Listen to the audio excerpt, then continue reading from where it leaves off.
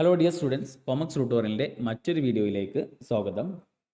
Managerial economics എന്ന സബ്ജക്റ്റിലെ module 3ലെ important questions ആണ് നമ്മളിവിടെ ഡിസ്കസ് ചെയ്യാൻ പോകുന്നത്. അപ്പോൾ മൊഡ്യൂൾ 3 എന്ന് പറഞ്ഞു കഴിഞ്ഞാൽ market structure and price output ഡിറ്റർമിനേഷന്. നമുക്കറിയാം, ഈ ഒരു ചാപ്റ്ററിൽ, ഈ ഒരു മൊഡ്യൂളിൽ മെയിനായിട്ടും 4 മാർക്കറ്റ് സിറ്റുവേഷനാണ് പഠിക്കാനുള്ളത്. Perfect competition, monopoly, മോണോപ്പൊളിസ്റ്റിക് competition, oligopoly.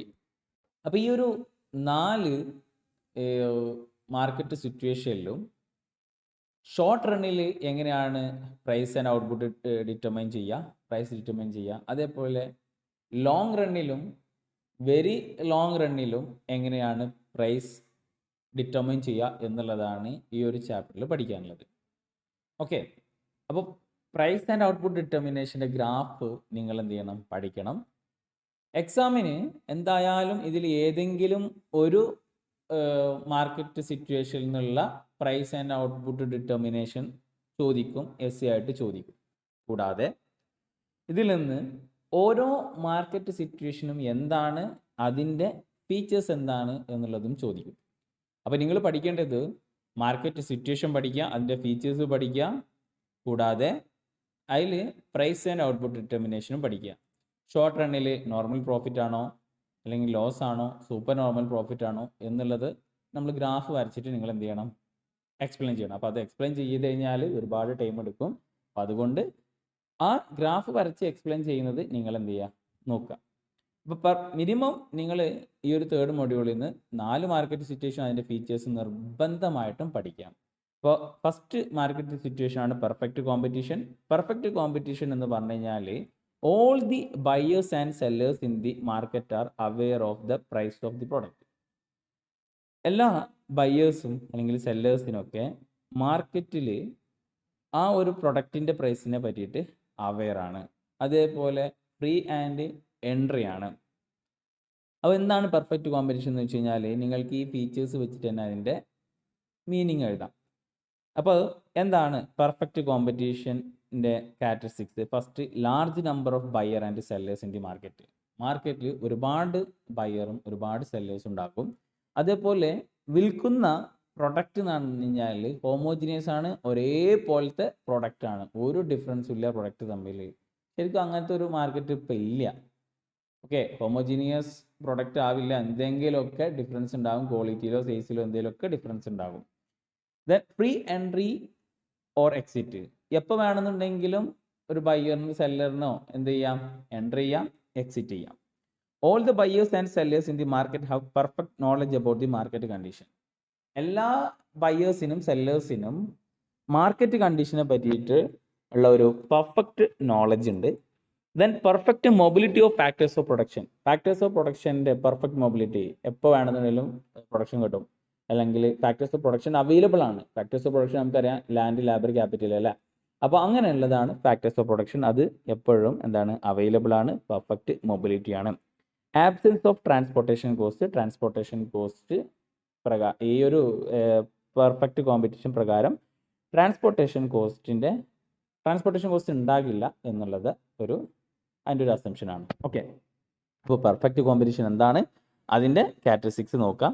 Next, monopoly എന്നുള്ളൊരു മാർക്കറ്റ് സിറ്റുവേഷൻ ആണ്. മോണോപ്പൊളി എന്ന് പറഞ്ഞു കഴിഞ്ഞാൽ നിങ്ങൾക്കറിയാം, മോണോ എന്ന് പറഞ്ഞാൽ സിംഗിൾ ആണ് അല്ലേ, സിംഗിൾ സെല്ലിംഗ് മോണോപ്പൊളി എന്ന് പറഞ്ഞു കഴിഞ്ഞാൽ. ഇപ്പോൾ monopoly is a market situation in which there is only one seller or producer of a product for which the no close substitution is available. അപ്പോൾ മോണോപ്പൊളി എന്ന് പറഞ്ഞു കഴിഞ്ഞാൽ അവിടെ ഒരൊറ്റ സെല്ലറേ ഉണ്ടാവുള്ളൂ. ഓക്കെ, അതേപോലെ no close substitution is available. As there is only one firm under monopoly.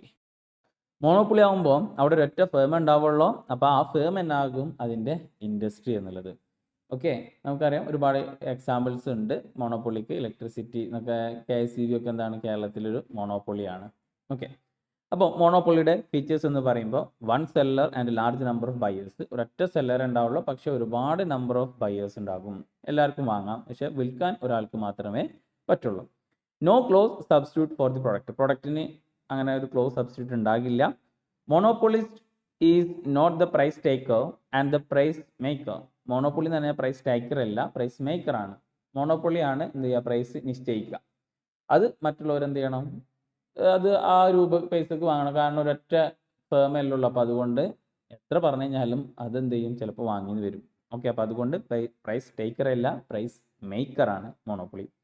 മോണോപ്പൊളിസ്റ്റ് can control the supply. മോണോപ്പൊളിക്ക് സപ്ലൈ കൺട്രോൾ ചെയ്യാൻ പറ്റും. കാരണം അവർ മാത്രമേ വിൽക്കുന്നുള്ളൂ. അപ്പോൾ അവർക്ക് എപ്പോൾ വേണമെങ്കിലും സപ്ലൈ എന്ത് ചെയ്യാൻ പറ്റും, കൺട്രോൾ ചെയ്യാൻ പറ്റും. No entry of new firm to the market. ഒരു പുതിയൊരു ഫേമിന് മാർക്കറ്റിലേക്ക് എൻട്രി ചെയ്യാൻ പറ്റില്ല, സിംഗിൾ സെല്ലർ ആയതുകൊണ്ട്. ഒരൊറ്റ ഫേം ഉണ്ടാവുള്ളൂ. ഫേമും ഇൻഡസ്ട്രിയും എന്ന് പറഞ്ഞു കഴിഞ്ഞാൽ സെയിം ആണ്. ഫേം തന്നെയാണ് ഇൻഡസ്ട്രി, ഇൻഡസ്ട്രി തന്നെയാണ് ഫേം. Okay, next മോണോപ്പൊളിസ്റ്റിക് competition. ഈ പെർഫെക്റ്റ് കോമ്പറ്റീഷൻ്റെയും മോണോപ്പൊളിയുടെയും നല്ല വശങ്ങൾ എടുത്തിട്ടുണ്ടാക്കിയിട്ടുള്ളതാണ് ഇത് മോണോപ്പൊളിസ്റ്റിക് കോമ്പറ്റീഷൻ. എടുത്തുണ്ടാക്കിയെന്ന് പറയാൻ പറ്റില്ല, എന്തായാലും monopolistic competition in the present world market, it can be seen that there are no monopoly and there is no real competition. ഇപ്പോൾ പ്രസൻറ്റ് വേൾഡ് മാർക്കറ്റിൽ അങ്ങനൊരു പെർഫെക്റ്റ് കോമ്പറ്റീഷനും അതേപോലെ ഒരു മോണോപ്പൊളിയും വളരെ കുറവാണ്. ഓക്കെ, ഇപ്പോൾ ഗവൺമെൻറ് ഓർഗനൈസേഷൻ മാത്രമേ ഉള്ളൂ മോണോപ്പൊളിയിലുള്ളത്. പ്രൈവറ്റിൽ ഒരിക്കലും ഇപ്പോൾ ഒരു മോണോപ്പൊളി നമുക്ക് കേരളത്തിൽ എന്ത് ചെയ്യാൻ പറ്റില്ല, കാണാൻ പറ്റില്ല. Okay, there is a mix-up of two. Perfect real കോമ്പറ്റീഷൻ്റെയും അതേപോലെ മോണോപ്പൊളിയുടെയും മിക്സ് ആണ് ഈ monopolistic competition. This is situation generally known as monopolistic competition. അപ്പോൾ മോണോപ്പൊളിസ്റ്റിക് കോമ്പറ്റീഷൻ എന്ന് പറയുമ്പോൾ നിങ്ങൾക്ക് എന്ത് ചെയ്യാം, ഈ ഫീച്ചേഴ്സ് വെച്ചിട്ട് അതിനെ എക്സ്പ്ലെയിൻ ചെയ്യാം. ഫീച്ചേഴ്സ് എന്തൊക്കെയാണ്? There are large number of producers and sellers. ഒരുപാട് നമ്പർ ഓഫ് പ്രൊഡ്യൂസേഴ്സും സെല്ലേഴ്സും ഉണ്ടാകും, ബയേഴ്സും സെല്ലേഴ്സും ഉണ്ടാകും.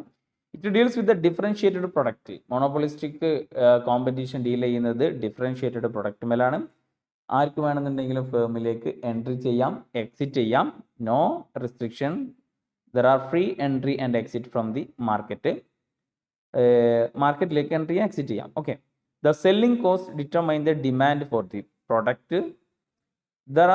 There is no association of firm. ആ ഒരൊറ്റ ഫേമുള്ളൂ, പിന്നെ അസോസിയേറ്റ് ചെയ്യാനൊന്നും ഇല്ല. There is a no price competition. Price competition ഒന്നുമില്ല. ഇവർ എത്രയാണോ പ്രൈസ് പറയുന്നത് അത് തന്നെ മറ്റെല്ലാവരും എന്ത് ചെയ്യണം, ഫോളോ ചെയ്യണം. അല്ല, ഫോളോ ചെയ്യില്ല, മറ്റെല്ലാവരും എന്ത് ചെയ്യണം, ആ പൈസന് ആ ക്യാഷിന് എന്ത് ചെയ്യണം, മേടിക്കണം. കാരണം അവരാണ് ഒരൊറ്റ എന്തുള്ളൂ, ആ ഒരൊറ്റ ഫേമേ ഉള്ളൂ. There is a lack of knowledge of the market. Knowledge, മാർക്കറ്റിനെ പറ്റിയിട്ടുള്ള നോളജ് എന്താണ്, കുറവാണ് എന്നുള്ളതാണ്. ഇനി അടുത്തൊരു മാർക്കറ്റ് സിറ്റുവേഷൻ ആണ് ഒളിഗോപ്പൊളി എന്ന് പറഞ്ഞു കഴിഞ്ഞാൽ. Oligopoly is a situation in which there are so few sellers that each of the firm is conscious of the result upon the price of the supply. അപ്പോൾ ഈ ഒളിഗോപ്പൊളി എന്ന് പറഞ്ഞു കഴിഞ്ഞാൽ അവിടെ ഫ്യൂ സെല്ലേഴ്സ് ആണ്. അങ്ങനെ മോണോപ്പൊളിസ്റ്റിക് കോമ്പറ്റീഷൻ അതേപോലെ കുറേയൊന്നും ഉണ്ടാവില്ല, കുറച്ച് സെല്ലേഴ്സേ ഉണ്ടാവുള്ളൂ. അപ്പോൾ ഓട്ടോമൊബൈൽ ഇൻഡസ്ട്രി, പെട്രോളിയം ഇൻഡസ്ട്രി ഒക്കെ നോക്കുകയാണെങ്കിൽ കുറച്ച് സെല്ലേഴ്സേ ഉള്ളൂ. അപ്പോൾ ഫ്യൂ സെല്ലേഴ്സ് ആണ്. അവർ കോൺഷ്യസ് ആണ്. എന്തിനെ പറ്റിയിട്ടാണ് കോൺഷ്യസ്? അവരുടെ പ്രൈസ്, സപ്ലൈൻ്റെ ചെയ്യുന്നതിൻ്റെ പ്രൈസ്, അപ്പോൾ ഗുഡ്സിൻ്റെ പ്രൈസുമായി ബന്ധപ്പെട്ട് അവരെന്താണ്, കോൺഷ്യസ് ആണ്. ഇപ്പോൾ ഓട്ടോമൊബൈൽ ഇൻഡസ്ട്രി ആണെങ്കിൽ അങ്ങനെയാണ് വെച്ചാൽ ഒരാൾ പ്രൈസ് കുറച്ച് കഴിഞ്ഞാൽ ചിലപ്പോൾ മറ്റാൾ കുറക്കണമെന്നില്ല. പക്ഷേ ഒരാൾ പ്രൈസ് കൂട്ടിക്കഴിഞ്ഞ് കഴിഞ്ഞാൽ എന്താകും, അത് അവരുടെ ഡിമാൻഡിനെ ബാധിക്കും. അപ്പോൾ അതുകൊണ്ട് പ്രൈസ് ഡിസിഷൻ ചെയ്യുന്നതിൽ ഒരു ക്രൂഷ്യലാണ് ഈ ഒളിഗോപ്പൊളിയിൽ. അപ്പോൾ ഒളിഗോപ്പൊളിൻ്റെ features: firm has interdependent decision making. Firm എന്ന് പറഞ്ഞു കഴിഞ്ഞാൽ ഇൻ്റർഡിപ്പെൻഡൻ്റ് ആണ്, ഡിസിഷൻ മേക്കിങ്ങിൽ ഇൻ്റർഡിപ്പെൻഡൻ്റ് ആണ്. Advertising should be effective. Advertising effective ആണ്, കാരണം ഫ്യൂ സെല്ലേഴ്സേ ഉള്ളൂ. അപ്പോൾ അതുകൊണ്ട് മാർക്കറ്റിൽ സെയിൽസ് കൂട്ടാനൊക്കെ അഡ്വർടൈസ്മെൻറ്റ് ആവശ്യമാണ്. The firm should have a group behaviour. ഫേമിൻ്റെ ഒരു എന്ന് വെച്ച് കഴിഞ്ഞാൽ ഒരു ഗ്രൂപ്പ് ബിഹേവിയർ ആണ് ഉണ്ടാവുക. എല്ലാവരും ഒരു അണ്ടർസ്റ്റാൻഡിങ്ങിലാണ് പോവുക. Indeterminance of demand curve. Demand curve അങ്ങനെ ഡിറ്റർമിൻ ചെയ്യാൻ പറ്റില്ല. The number of firms or producers or sellers are very small. ഞാൻ പറഞ്ഞു ഫ്യൂ സെല്ലേഴ്സേ ഉണ്ടാവുള്ളൂ. Product are identical or close substitute each other. Product എന്ന് പറഞ്ഞു കഴിഞ്ഞാൽ ഏകദേശം സിമിലർ ആണ്, ഐഡൻറ്റിക്കൽ ആണ്, അല്ലെങ്കിൽ ക്ലോസ് സബ്സ്റ്റിറ്റ്യൂട്ട് ആണ്. മറ്റുള്ള ഫേമിനെ നോക്കുകയാണെങ്കിൽ ഏകദേശം ക്ലോസ് സബ്സ്റ്റിറ്റ്യൂട്ട് ആണ്. ഇപ്പോൾ ഓട്ടോമൊബൈൽ ഇൻഡസ്ട്രി ആണെന്നുണ്ടെങ്കിൽ കാർ തന്നെ കാണാം, ചിലപ്പോൾ ഒരു കുറച്ച് വ്യത്യാസമൊക്കെ ഉണ്ടാവുള്ളൂ മോഡലുകൾ തമ്മിൽ, ഫീച്ചേഴ്സ് തമ്മിലൊക്കെ എന്താണ് അതിൻ്റെ കുറച്ച് വ്യത്യാസം ഉണ്ടാവുള്ളൂ. എന്നാലും പ്രൊഡക്റ്റ് എന്താകും, സിമിലർ ആകും, ക്ലോസ് സബ്സ്റ്റിറ്റ്യൂട്ട് ആകും. There is an element of monopoly. എന്നാലും ഇവിടെ എന്താണ്, ഒരു മോണോപ്പൊളിൻ്റെ ഉണ്ടാകും. കുറച്ച് ഫേം ആയതുകൊണ്ട് അതിൽ തന്നെ ചിലപ്പോൾ ലീഡിങ് ആയിട്ടുള്ള ഫേമൊക്കെ ഉണ്ടാവാൻ ചാൻസ് ഉണ്ട്. അപ്പോൾ അതുകൊണ്ടൊരു മോണോപ്പൊളി ഉണ്ടാവാനുള്ള ഇതുണ്ട്. ഓക്കെ, ദെൻ അടുത്തൊരു ടോപ്പിക്കാണ് പ്രൈസിങ് ഓഫ് ന്യൂ പ്രൊഡക്റ്റ്. പ്രൈസിങ്ങുമായി ബന്ധപ്പെട്ടിട്ട് നിങ്ങൾ പഠിക്കേണ്ട രണ്ട് പ്രൈസിങ് പോളിസിയാണത്, സ്കീമിംഗ് പ്രൈസും പെനട്രേഷൻ പ്രൈസിങ് സ്ട്രാറ്റജിയും. അപ്പോൾ സ്കിമ്മിങ് പ്രൈസ് എന്ന് പറഞ്ഞു കഴിഞ്ഞാൽ തുടക്കത്തിൽ ആ ഒരു പ്രൊഡക്റ്റിൻ്റെ ഇനീഷ്യൽ സ്റ്റേജിൽ ഹൈ പ്രൈസ് ആകും. A product is priced at very high level due to incurring large promotional expense in early stage. അപ്പോൾ ഏർലി സ്റ്റേജിൽ കുറേ എക്സ്പെൻസ് ഉള്ളത് കൊണ്ട് തന്നെ അതിൻ്റെ തുടക്കത്തിൽ പ്രൈസ് എന്ത് ചെയ്യും, ഹൈ ആകും. The skimming price refers to the high initial price charged when a new product is introduced in the market. തുടക്കത്തിൽ മാർക്കറ്റിലേക്ക് ഒരു പുതുതായിട്ടൊരു പ്രൊഡക്റ്റ് ഇൻട്രൊഡ്യൂസ് ചെയ്യുമ്പോൾ ഇനീഷ്യലി എന്ത് ചെയ്യുക, ഹൈ പ്രൈസ് ചാർജ് ചെയ്യുക. തുടക്കത്തിൽ എന്ത് ചെയ്യുക, ഹൈ പ്രൈസ് ചാർജ് ചെയ്യുക, പിന്നീട് അങ്ങനെ കുറച്ച് കൊണ്ടുവരാം. പെനട്രേഷൻ പ്രൈസിങ് സ്ട്രാറ്റജി എന്ന് പറഞ്ഞാൽ ജസ്റ്റ് ഓപ്പോസിറ്റ്.